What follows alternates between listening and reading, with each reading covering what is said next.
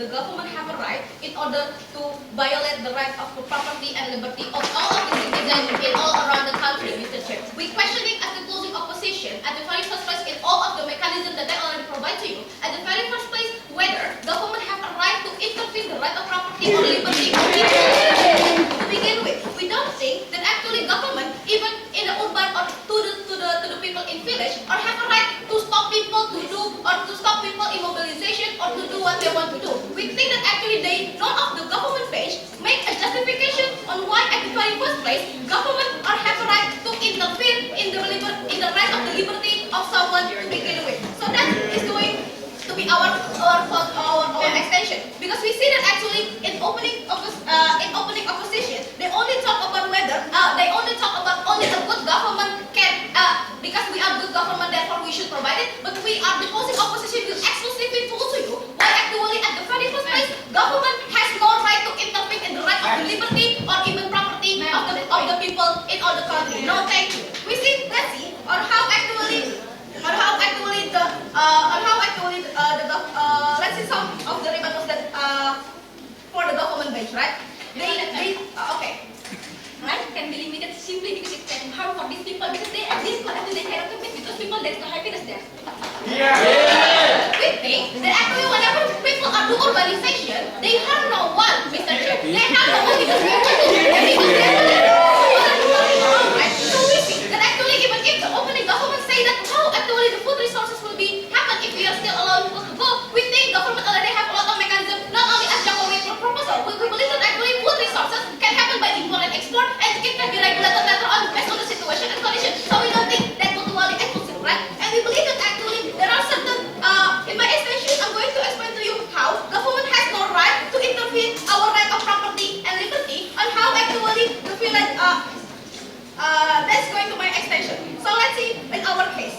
We believe that actually, Mr. Chair, both villagers and urban society in a country, even if they're in developed country or in developing country, are bounded by social contract, right? What is the social contract itself? We believe that actually there are certain things that government can interfere, but there are certain things that government cannot interfere based on the social contract at the very first place. For example, the government can interfere something like, for example, in taxes, because society has already given you taxes. Both of the urban and villages are paying taxes, right? And also, government, because of that, government should provide them protection and security. Not that, and it should not be, it should not be divided based on whether they are villages and urban. The government should provide it all, and this is can be intervened whenever the villages or whenever the urban people are trying to harm another. Therefore, government can step in to give them punishment, to give them law enforcement. That's why this idea exists. But we believe that actually in democratic society, the government has certain things that cannot intervene in our lives. For example, we believe that actually it is also in line with urbanization.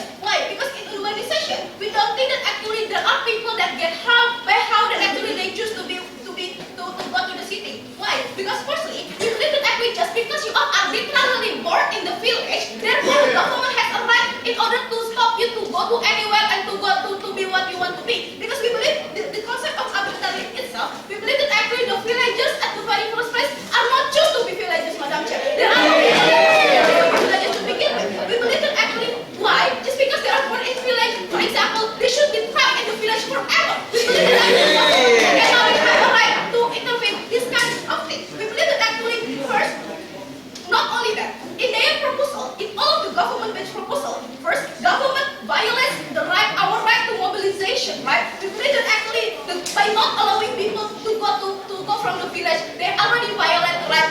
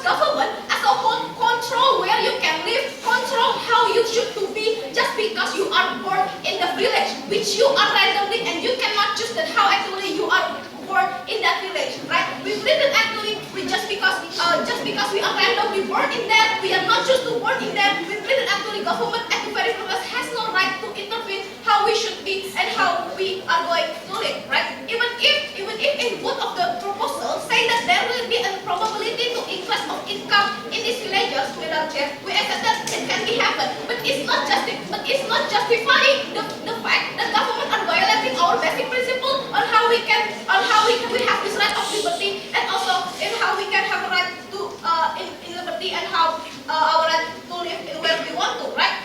We argue that whether it is okay if you have a high income, but if you are first, you are owned by government, and second, and two, that you are not free to explore yourself to begin with, and three, you are not free to do what you want to do, and four, we believe that how you are trapped in the place that you don't choose to begin with. We believe that actually even if there is such an increasement of income, but if you are not free to be yourself, but if you are not free to as a human being, but just because you are living in village that you are trapped and owned by government, that you should do this, and get boxes by government, we don't think increasement of income and economic development are justifying this action of government. We believe that